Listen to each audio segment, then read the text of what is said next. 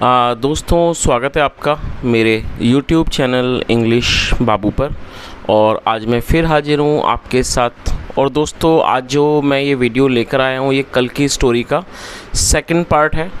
और यदि आप चैनल पर नए हैं या फिर आपने पिछला वीडियो नहीं देखा है तो आप इस का पिछला वीडियो देखने के लिए जो वीडियो है आप देख सकते हैं। कहानी का टाइटल था द कारपेंटर्स कैमल। तो दोस्तों कल जो मैंने शाम को वीडियो अपलोड किया था उसमें वो कहानी पूरी तरह से मतलब ख़त्म नहीं हो पाई थी।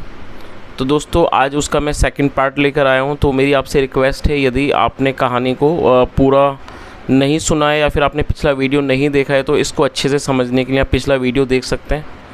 चलिए दोस्तों अब हम इसको पढ़ना शुरू करते हैं। और कल हमने इसको यहाँ तक पढ़ा था, अब मैं इसको यहाँ से पढ़ना शुरू करता हूँ। और आपसे रिक्वेस्ट है दोस्तों कहानी को बिल्कुल ध्यान से सुने। और यदि आपको कोई भी नया वर्ड या फिर नया स्ट्रक्चर मिले तो आप उसे ज़रूर नोट करें। और यदि कहानी पसंद आए तो लाइक भी ज़रूर करें। तो चलिए इसको शुरू करते हैं। You have so many camels. क्या अर्थ हुआ you have so many camels? और दोस्तों ये जो वाक्य है ये प्रेजेंट का पजेसिव वाक्य है। पजेसिव का मतलब होता है जब हम वर्तमान में कोई ऐसा वाक्य बनाते हैं जहां ये दिखाते हैं कि किसी व्यक्ति के पास कुछ है, तो इस तरह के वाक्यों को पजेसिव वाक्य कहा जाता है, जहां पर हैज़ या हैव का प्रयोग हेल्पिंग वर्ब के रूप में किया जाता है। तो उसने क्या कहा, you have so many camels, मतलब आपके पास कई सारे ऊँट हैं। You should tie a bell around the neck of one of them. तो उसने आगे क्या कहा, उस गांव वाले व्यक्ति ने, विलेजर ने क्या कहा, you should tie a bell. दोस्तों इस वाक्य में शुड का यूज़ किया गया। देखिए शुड का प्रयोग वाक्यों में सलाह को दर्शाने के लिए किया जाता है। जब हम कोई ऐसा वाक्य बनाते हैं जहां पर कोई सलाह को दर्शाते हैं तो वहां पर शुड का यूज़ किया जाता है। साथ में वर्ब की फर्स्ट फॉर्म लगाई जाती है। टाई का मतलब होता है बांधना। तो उसने क्या कहा, you should tie a bell, आपको एक घंटी बांधनी चाहिए।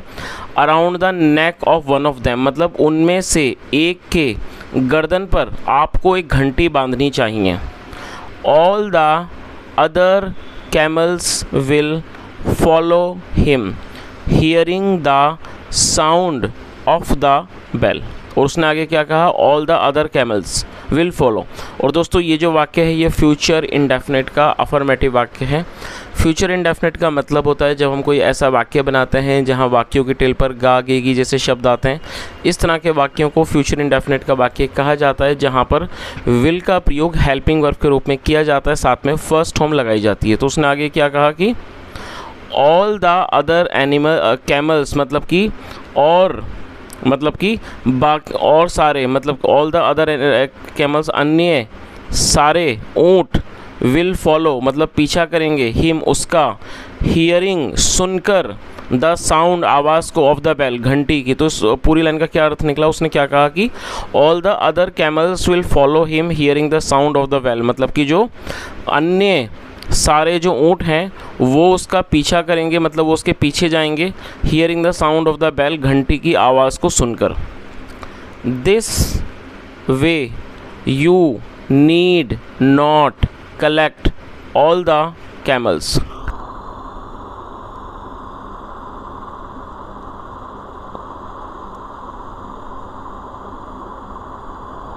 और उसने आगे क्या कहा कि दिस वे का मतलब होता है इस तरह से। यू नीड नॉट, आपको आवश्यकता नहीं, आपको ज़रूरत नहीं है, नॉट कलेक्ट इकट्ठा करने की, ऑल द कैमल सारे ऊँटों को। In case the camel wearing the bell loses the way you will be able to find him soon due to the sound of the bell. और उसने आगे क्या कहा, इन केस का मतलब हुआ कि अगर द केमल जो ऊँट है, वियरिंग द बेल मतलब कि जिसने घंटी को पहना हुआ है, लूजेस द वे अगर वो रास्ता भटक जाता है। दोस्तों लूज वे का मतलब होता है रास्ता भटक जाना। और ये जो वाक्य है ये प्रेजेंट इंडेफिनिट का वाक्य है। जो जब प्रेजेंट इंडेफिनिट में कोई भी अफर्मेटिव का वाक्य बनाते हैं तो यदि वहाँ पर सब्जेक्ट सिंगुलर नाउन होता है तो वर्ब की फिफ्थ फॉर्म का यूज़ किया जाता है। तो ये लूज़ की फिफ्थ फॉर्म है लूजेस। तो उसने आगे क्या कहा कि अगर जो ऊँट जिसने the camel wearing the bell, जिसने घंटी पहनी हुई है, लूजेस द वे, अगर वो रास्ता भटक जाता है, you will be able to find him, आप उसे ढूंढ पाओगे, सून जल्दी ढूंढ पाओगे, ड्यू टू का मतलब होता है की वजह से, due to the sound of the bell, मतलब कि घंटी की आवाज़ की वजह से, आवाज़ के कारण आप उसे जल्दी ढूंढ पाओगे, सेड द विलेजर, गांव वाले ने कहा। चलिए आगे देखिए। The simple carpenter liked the idea. और दोस्तों ये जो वाक्य है ये पास्ट इंडेफिनिट का अफर्मेटिव वाक्य है, और जब हम पास्ट इंडेफिनिट में कोई अफर्मेटिव का वाक्य बनाते हैं तो वहाँ वर्ब की सेकंड फॉर्म का प्रयोग किया जाता है। तो क्या अर्थ हुआ? और दोस्तों आप इसे नोट कर लीजिए, सिंपल एडजेक्टिव है जिसका मतलब होता है सरल, द सिंपल कारपेंटर। और ये जो सिंपल एडजेक्टिव है वो कारपेंटर के लिए यूज़ किया गया है। मतलब क्या हुआ कि द सिंपल कारपेंटर मतलब कि सरल बढ़ई, लाइक द आइडिया मतलब सरल जो बढ़ई था उसको ये जो विचार था, मतलब ये जो आइडिया था, विचार था, उसको वो अच्छा लगा। Unable to understand the villager's ulterior motive he thanked him. क्या अर्थ हुआ दोस्तों? अनेबल भी एडजेक्टिव है और इसका मतलब होता है असमर्थ। तो क्या अर्थ हुआ? अनेबल टू अंडरस्टैंड मतलब कि समझ पाने में असमर्थ, समझने में असमर्थ। The villager's ulterior motive. दोस्तों देखिए यहाँ पर क्या है, विलेजर के बाद एपिस्ट्रोफी एस है जिसका अर्थ होता है का, की, के। जब हम किसी नाम या व्यक्ति के साथ कुछ जोड़ते हैं तो वहाँ पर एपिस्ट्रोफी एस का यूज़ किया जाता है। तो विलेजर्स का मतलब हो गया ग्रामीण का। अब देखिए इसका क्या मतलब हुआ, इसे भी आप नोट कर लीजिए। अल्टीरियर मोटिव का मतलब होता है कोई गुप्त उद्देश्य, कोई गुप्त मकसद, छुपा हुआ मकसद जिसको कह सकते हैं, उसको कहा जाता है अल्टीरियर मोटिव। तो उस पूरी लाइन का क्या अर्थ हुआ कि unable to understand the villager's ulterior motive, मतलब क्या हुआ कि ग्रामीण के, और विलेजर का मतलब होता है गांव वाले व्यक्ति को विलेजर कहा जाता है, इसको ग्रामीण भी कहते हैं। तो क्या अर्थ हुआ कि ग्रामीण व्यक्ति के छुपे हुए उद्देश्य को, या कह सकते हैं गुप्त उद्देश्य को समझ पाने में असमर्थ, ही थैंक्ड हिम, उसने उसको धन्यवाद दिया। तो दोस्तों इस बात को आप समझ ही गए होंगे कि ये जो कारपेंटर था, ये जो बढ़ई था, वो बहुत ही ज़्यादा सिंपल था। और जब उस गांव वाले व्यक्ति ने उसको ये सुझाव दिया घंटी बांधने का, तो उसे मतलब वो इस बात को समझ नहीं पाया, मतलब कि इसके पीछे उसका क्या उद्देश्य है, गुप्त उद्देश्य है, वो इस बात को नहीं समझ पाया और उसने उसे धन्यवाद किया। रीचिंग हिज हाउस, हिज मतलब अपने, रीचिंग हिज हाउस अपने घर पहुंचकर, ही आस्क्ड हिज सर्वेंट, और ये भी पास्ट इंडेफिनिट का अफर्मेटिव वाक्य है। ही आस्क्ड हिज सर्वेंट्स, उसने अपने नौकरों से कहा, टू ब्रिंग लाने के लिए कहा, अ बिग एक बड़ी, एंड ब्यूटीफुल सिल्वर बेल और सुंदर चांदी की घंटी लाने को कहा, टू टाई उसको बांधने के लिए, इट उसको बांधने के लिए, अराउंड द नेक गले पर, of one of his most handsome camels अपने सबसे ज़्यादा सुंदर ऊँट पर। तो इस पूरी लाइन का क्या अर्थ निकला कि रीचिंग हिज हाउस घर पहुंचकर, he asked his servants to bring a big and beautiful silver bell to tie it around the neck of one of his most handsome camels, मतलब कि अपने घर पहुंचकर उसने अपने नौकरों से कहा कि वो एक बड़ी और सुंदर चांदी की घंटी लाएं, to tie it around the neck उसको बांधने के लिए, अपने सबसे सुंदर ऊँट के गले पर बांधने के लिए, गर्दन पर बांधने के लिए। आगे देखिए।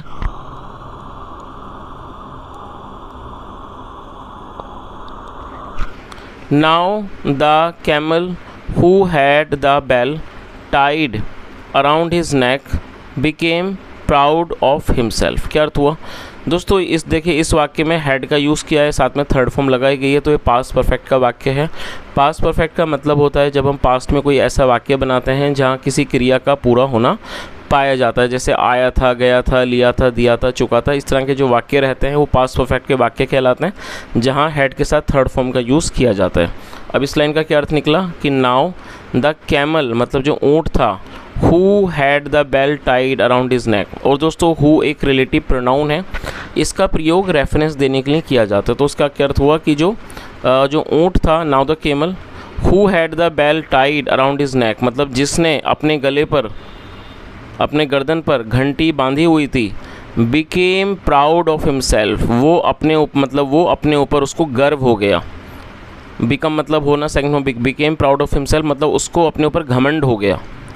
ही बिगेन टू थिंक, दोस्तों ये भी पास्ट का ही वाक्य है। बिगिन मतलब शुरू करना या लगना, second form begin. He began to think himself superior than the others, और दोस्तों सुपीरियर का मतलब होता है ऊंचा,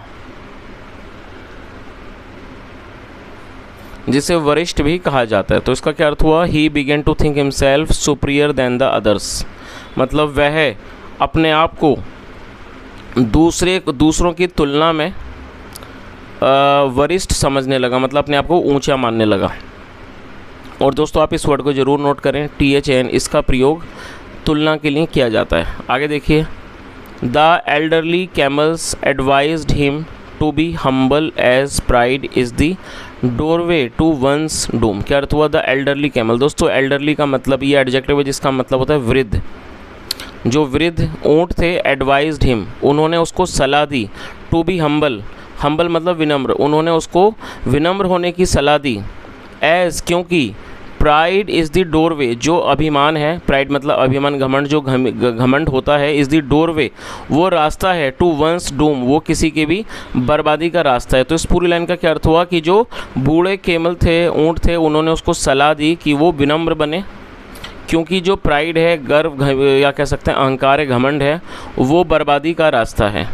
but the camel did not heed their advice, दोस्तों ये जो वाक्य है ये पास्ट इंडेफिनिट का नेगेटिव वाक्य है, और जब पास्ट इंडेफिनिट में नेगेटिव का वाक्य बनाते हैं तो वहाँ डिड नॉट के साथ वर्ब की फर्स्ट फॉर्म का यूज़ किया जाता है। तो क्या अर्थ हुआ? But the camel did not heed their advice, लेकिन ऊँट ने उनकी सलाह पर ध्यान नहीं दिया।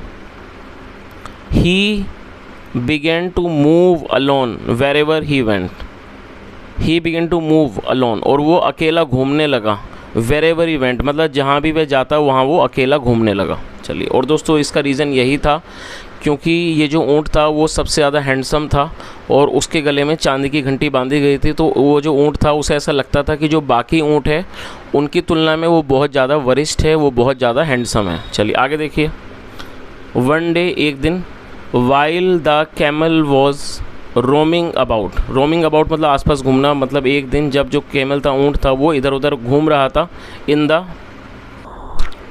The jungle. तो क्या अर्थ हुआ? जब एक दिन ऊँट जंगल में इधर उधर घूम रहा था, a big lion got attracted towards him, attract का मतलब था आकर्षित होना। अ बिग लॉयन, एक जो बड़ा शेर था, a big lion got attracted towards him मतलब एक बड़ा शेर उसकी ओर आकर्षित हो गया। Hearing the tinkle of his bell मतलब उसकी घंटी की ध्वनि को सुनकर एक बड़ा शेर उसकी तरफ आकर्षित हो गया। आगे देखिए,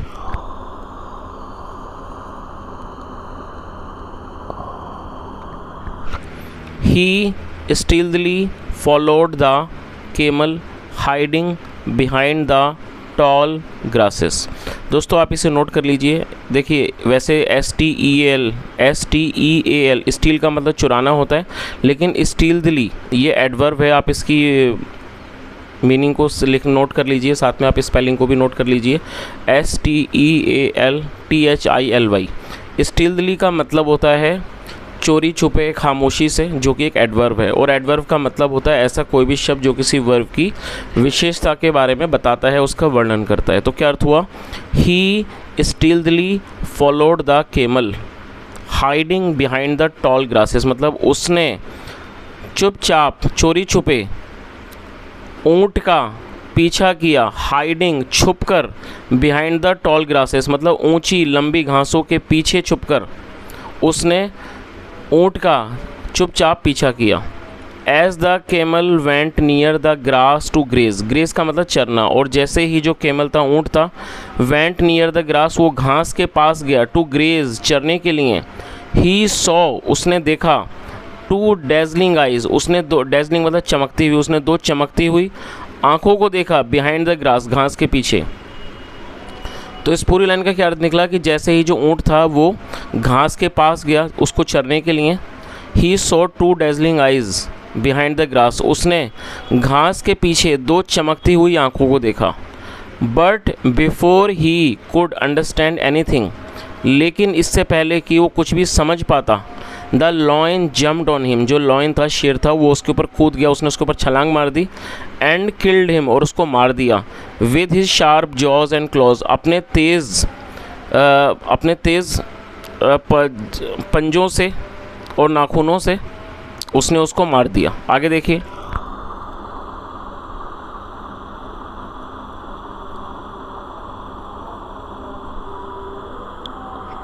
He then ate the camel meat to his heart's content। दोस्तों ये जो वाक्य है पास्ट इंडेफिनिट का ही अफर्मेटिव वाक्य है, जहाँ सेकंड फॉर्म लगाई गई, आप इसको नोट कर लीजिए। एट ई, ईट की सेकंड फॉर्म है एट, तो क्या अर्थ हुआ? He then ate the camel meat to his heart's content, मतलब क्या हुआ कि फिर उसने ऊँट के मांस को दिल भरकर, मतलब कि पूरे जी भरकर उसने खाया। And left the remaining meat, और उसने छोड़ दिया द रिमेनिंग मीट, मतलब बचे हुए मीट था, मांस को उसने छोड़ दिया। फॉर द जैकल्स, सियारों के लिए, एंड वल्चर्स, और गिद्धों के लिए उसने बाकी बचे हुए मांस को छोड़ दिया। चलिए आगे देखिए।